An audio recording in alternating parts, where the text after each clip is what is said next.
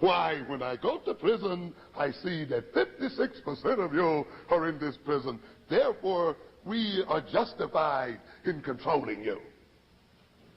But then we forget how what? They created the problem so that 56% could be in there. Now then, as the gentleman who wrote Blaming the Victim put forward, and I will say, first of all, this problem is created. Our problems are needed. This is what I'm arguing in Black on Black violence, that this society needs the criminality of black males. It needs the fantasy that black males are criminals.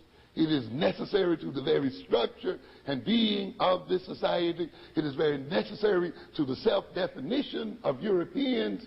It is very necessary to maintaining their domination and advancing their domination. Therefore, they must create these problems, or they must even imagine that these problems exist where they truly do not exist. Therefore, they create the problem, and then, as Ryan argues, first they identify the social problem. Second, they study those affected by the problem and discover in what ways they are different from the rest of us, this great underclass. How are they different from the rest of us? And you know now, arguing Black on Black, that the so-called criminals in the jails are not any different from any of the rest of us.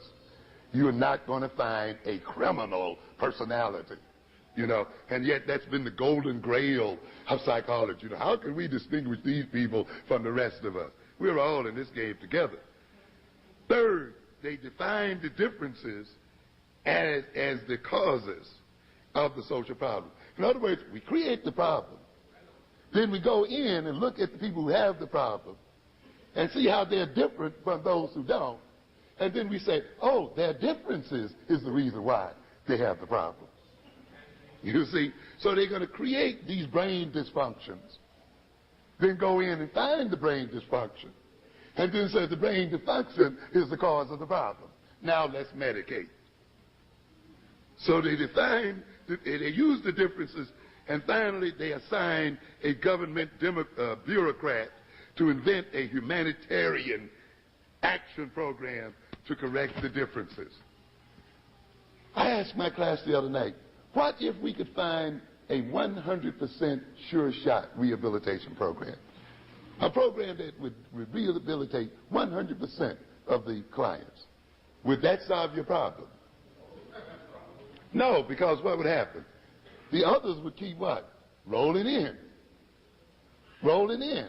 So rehabilitating the ones who have the problem does not solve what? The original what? Cause of the problem. And again, we have people who enter into the wrong part of the equation. Let me get here then and say, these controversies such as the one we are dealing with now, they speak to the need for domination to justify and maintain itself. Howard Zinn stated, the establishment, whatever rewards it gives us, will also, if necessary, to maintain its control, kill us. Hear that, black bourgeoisie. A part of your being promoted in American society is to maintain control of the black community. The day that your death is necessary also to maintain control and to maintain white power, they will kill you as well. And I want you to keep this in mind then. I don't want you to fall into the trap of discussing this particular issue. We fall into a trap by concentrating on the scientific and methodological details. You know, well, there's no genes. When you find it, forget all that nonsense. And get caught up in personalities. Well, Goodwin is an evil guy. You know, Louis Sullivan is a... Screw all of that. It's the same kind of thing you have with Columbus. If Columbus had not discovered America, some other European would have. Even if you could step back into history and kill Columbus, you'd still be in the same shape you are right now. Because what is the essential problem here? Columbus didn't build the ships. Columbus didn't build the technology. It was European technology, political and economic organization that made it possible for Columbus to come over here. And it was European technology, organization, intentionality that made it possible for them to overrun the Indian nations. What you have here then were two different cultures and two different technologies and two different ways of thinking facing each other, and one ran over the other. Not Columbus. I want you to get out of the personality issue and deal with the deep issues. You are facing a society and a culture.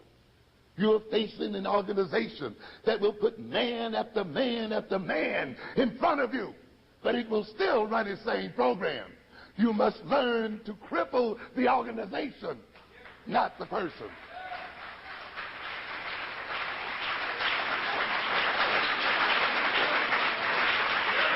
This is an old argument. It's the same kind of old game that went on with the genetic basis of intelligence. Just the same old game refried.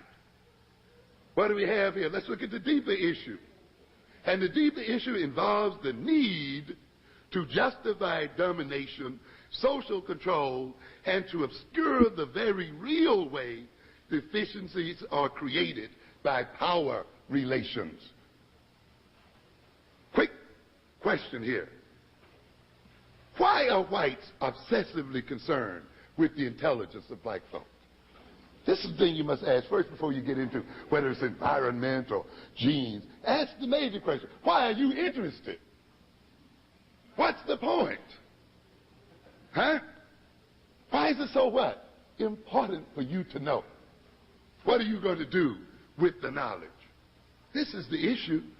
What would be the result if it was definitely and irrefutably established that blacks are innately less intelligent than whites?